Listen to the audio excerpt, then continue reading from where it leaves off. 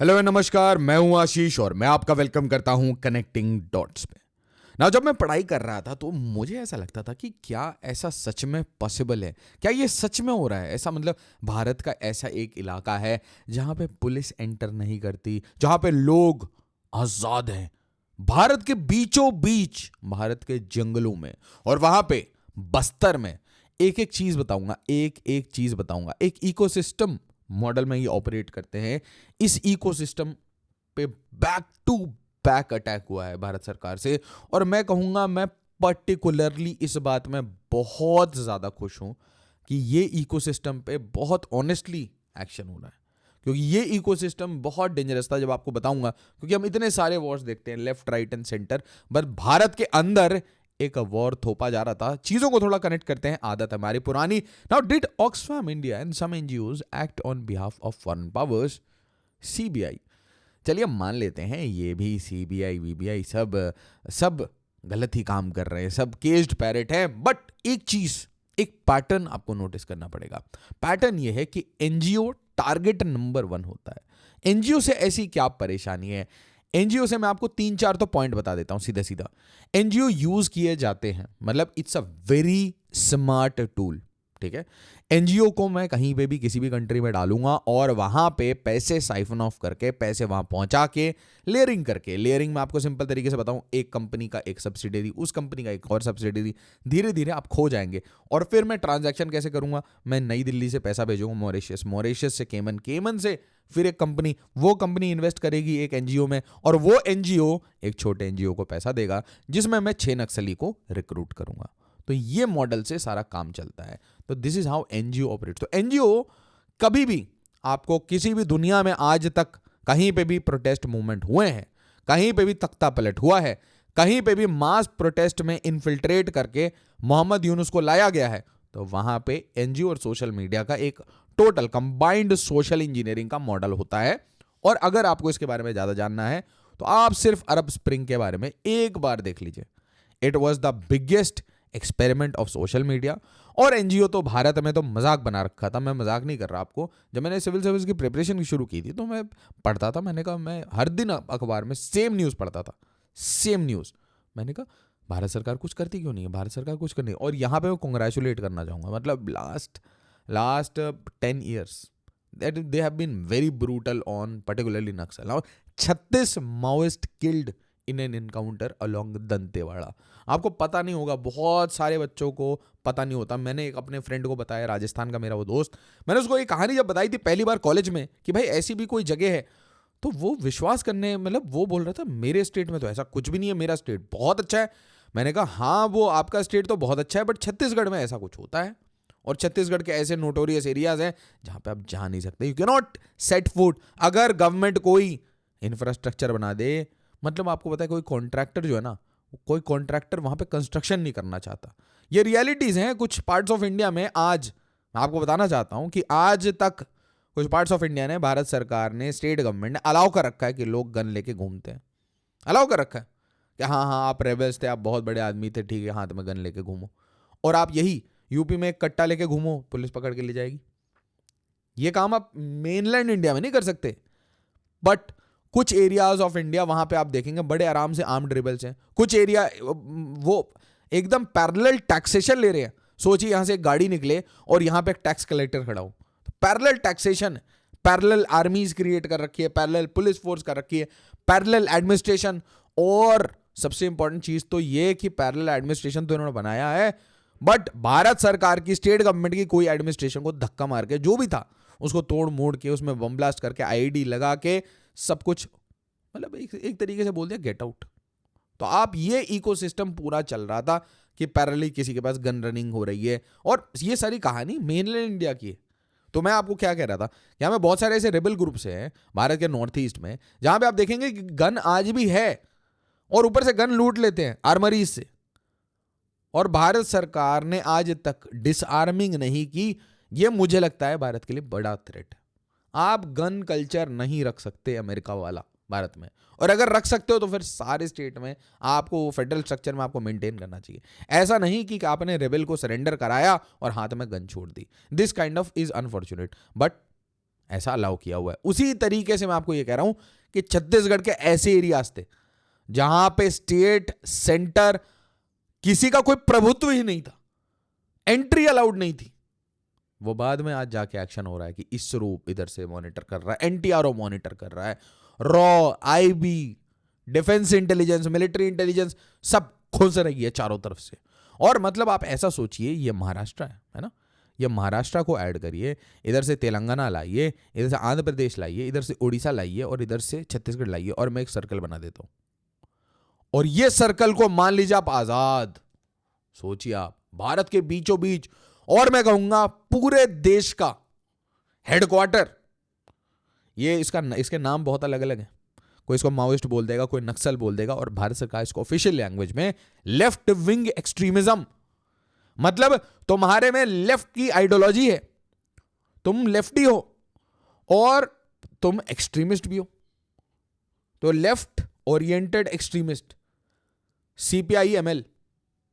तो इनका सिर्फ एक ही गेम है। क्या गेम है आपको क्या लगता है, क्या क्या चाहिए था इनको? इनका एक ही गेम था कि भाई हम छीन के लेंगे आजादी। वो आजादी आजादी भुखमरी से आजादी नहीं, प्रॉपर आजादी, छीन के लेंगे आजादी। देखो स्कैम बाद में कर दिए जाते हैं, बट रियलिटीज हमें समझनी चाहिए। एज स्टूडेंट्स हमें भारत की सारी सच्चाइयां पता होनी चाहिए। यहां पे देखिए, ये एरिया में एक एरिया ये करना चाहता था आजादी आजादी, सामंतवाद से आजादी ना ना ना, भुखमरी से आजादी ना ना ना ना, भारत से आजादी। बाद में वो मॉडिफाई हो गया, ठीक है, ध्यान से समझिएगा ये चीजें। अब आप सोचिए जरा कि भाई बाकी पूरी दुनिया ये कहती है कि मेरे पास मिनरल्स हैं, मेरे पास एक अच्छा कोस्टलाइन है, तो मैं ट्रेड करूंगा, ठीक है। और मैं आपको बोलूं कि मान लीजिए एक छोटा सा एक सर्कल बनाते हैं, और उस सर्कल में मान लीजिए कि कॉपर है, आयरन ओर है, कोयला है, लोग हैं जिनको नौकरी चाहिए, पड़ोस में पोर्ट है, वाइजैक पोर्ट, पड़ोस में नेवल बेस भी है, सब कुछ है। एक रेलवे लाइन डालो और एक्सपोर्ट करो, एक रेलवे लाइन डालो और अपनी ही कंट्री के दूसरे एरियाज में एक्सपोर्ट करो। चलिए एक दूसरे मॉड्यूल के बारे में बात करते हैं। यह मॉड्यूल ईस्ट पाकिस्तान में काम करता था, ठीक है। जब तक ये पाकिस्तान का पार्ट था, ईस्ट पाकिस्तान से एक मॉड्यूल काम करता था।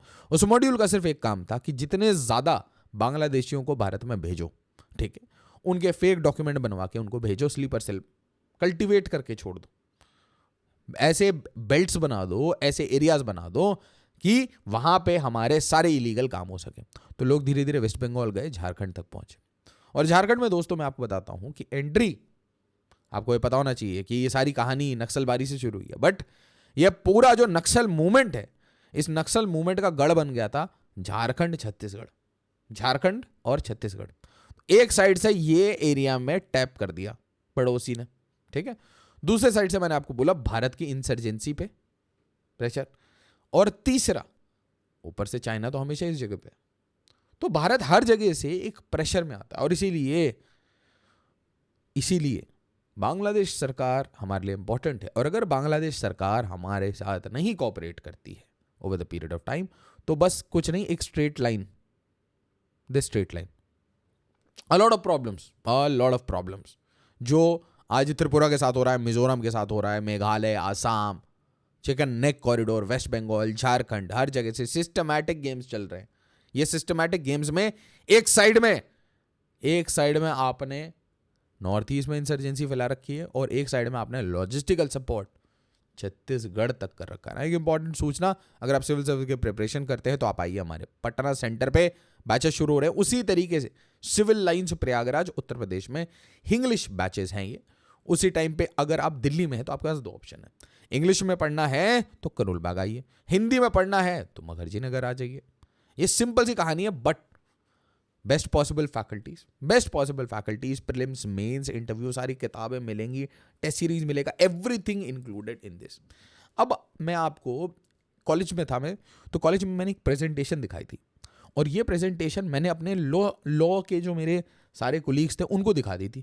तो वो बड़े शौक हो गए, देखिए कि सच में ये, मतलब मेरे सारे लॉ के कोलीग्स को भी ये कहानी नहीं पता थी।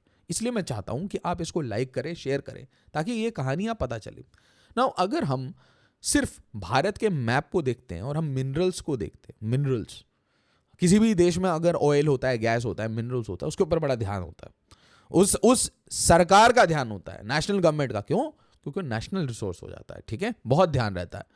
ध्यान इस तरीके से नहीं रहता कि भाई हम कोल स्कैम वगैरह कर ले, ध्यान इस तरीके से रहता है कि this is a national resource, strategic है ये। ऐसा ना हो कि हमारा कोई प्लांट बंद हो जाए जिसके कारण हमें फिर चाइना से इंपोर्ट करना पड़े। एग्जांपल मुझे बताइएगा स्टरलाइट कॉपर प्लांट के साथ क्या हुआ था। स्टरलाइट कॉपर बोलिएगा तो केस स्टडी लेके आऊंगा, दिमाग सन्ना गया था जब मैंने इसको पढ़ा था, बहुत डेप्थ में पढ़ा था इसको मैंने।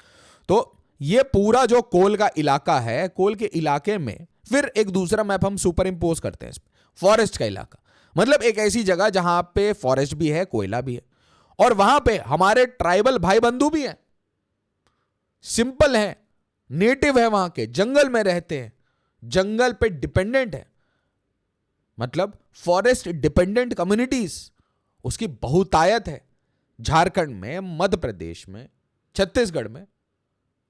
और उसी एरिया में आपको left wing extremism, Maoism, Naxalism, जो कह लीजिए, वो सब कुछ यहां मिलेगा। कारण बताइए मुझे, क्यों? ऐसा क्यों? तो चलिए लेफ्टी लोगों का एक बार उनका आर्गुमेंट सुनते हैं। उनका आर्गुमेंट बड़ा मस्त है। उनका आर्गुमेंट यह है कि पूरा जो देश है उसने एक्सप्लॉइट कर रखा है, हमें एक्सप्लॉइट कर रखा है, और ये जो सरकार है, ये सरकार पूंजीवादियों की सरकार है। अरे कोई एक पर्टिकुलर पार्टी नहीं, भारत की सरकार, कोई भी पार्टी हो, पूंजीवादियों ने हमारी जल जंगल जमीन इसको लूट लिया। तो अब हमें क्या चाहिए? Yes, power through the barrel of the gun, power through the barrel of the gun. कि सबको गन पकड़ेंगे और गन पकड़ के स्टेट को बाहर निकाल देंगे और सारा पैसा हम कमाएंगे। सो सत्ता लेना है इलेक्शन से नहीं, पावर से। मतलब एक मिनिस्कुल माइनॉरिटी अगर हाथ में गन ले ले, और मैं आपको से एक क्वेश्चन पूछना चाहता हूं, किसी भी स्टेट में आपने देखा होगा, कहीं भी स्टेट में अगर इंसर्जेंसी होती है, कहीं पे लड़ाई होती है, सिविल वॉर टाइप के कंडीशन हो रहे हैं किसी भी जगह दुनिया में, तो आपने देखा होगा कि मिनिस्कुल माइनॉरिटी वो बहुत चिल्ला चिल्ला के बात करती है, उनके हाथ में गन होता है और वो दूसरे लोगों पे प्रताड़ना करती है, until and unless the people become aware. Awareness ही नहीं थी भारत में डिस्कशन में आपको बता रहा हूं, सोशल मीडिया ने जो ट्रिमेंडस चेंज कर दिया भारत में। मुझे तो ये सारी चीजें, आप सोचिए जब इंटरनेट इतना महंगा होता तो आपको ये पता ही नहीं चलेगा। आज इंटरनेट चीप है, आप आराम से गूगल कर सकते हो ऐसे। These are these rebels. और अभी तो ये आपको, ये बहुत पुरानी फोटो है, इनकी फोटो बहुत कम रिलीज होती है इन दिनों, बट इनकी पहले फोटो, इनकी डॉक्यूमेंट्री बनाते थे लोग, आके इंटरव्यू लेते थे। अल जजीरा को बड़ा इंटरेस्ट था, अल जजीरा का मैप है, सब ने यूज किया है, और ये बहुत ज़्यादा एक्सपैंडेड था रीजन, बहुत ज़्यादा एक्सपैंडेड। मतलब आप इसको अगर सिंपल एक मैप में आपको समझाना चाहूँ तो कितना डेंजरस था ये सोचिए। इंडिया के बीचों बीच आपको छत्तीसगढ़ मिल जाएगा, छत्तीसगढ़ में आपको तेलंगाना, आपको आंध्र प्रदेश, आपको ओडिशा, आपको झारखंड, सब कुछ यहाँ पे ऐसे कंपेयर, और ये आपका महाराष्ट्र। तो ऐसे कुछ रीजन्स हो गए थे जहाँ पे ये एक जगह पे अटैक करते थे, महाराष्ट्र से अटैक किया और छत्तीसगढ़ भाग गए, फिर तेलंगाना भाग गए, और फिर अटैक अटैक अटैक, और सिर्फ सोल्जर्स को मारना, स्टेट इंफ्रास्ट्रक्चर। और ये है इंडिया का, मैं कहूँगा हार्टलैंड। हार्टलैंड सदर्न छत्तीसगढ़ में दंतेवाड़ा प्लेटू आता है, और वही दंतेवाड़ा प्लेटू एक्सट्रीमली डेंस फॉरेस्ट, उसमें रिवर्स, रिव्यूलेट्स हैं। और क्योंकि एसेंशियली देखिए इसकी जो टोपोग्राफी है ना, वो थोड़ी ऐसी है, ऐसी। तो ऐसी टोपोग्राफी में जब बारिश का पानी आता है तो चारों तरफ बहता है, तो चारों तरफ इस प्लेटू रीजन में चारों तरफ पानी बहेगा, तो काफ़ी रिवर, रिव्यूलेट्स। अब क्या है, कैसे आप इनको ट्रैक करेंगे? How will you track essentially? और ये देखिए 36 माओइस्ट इनका डेथ हो जाता है।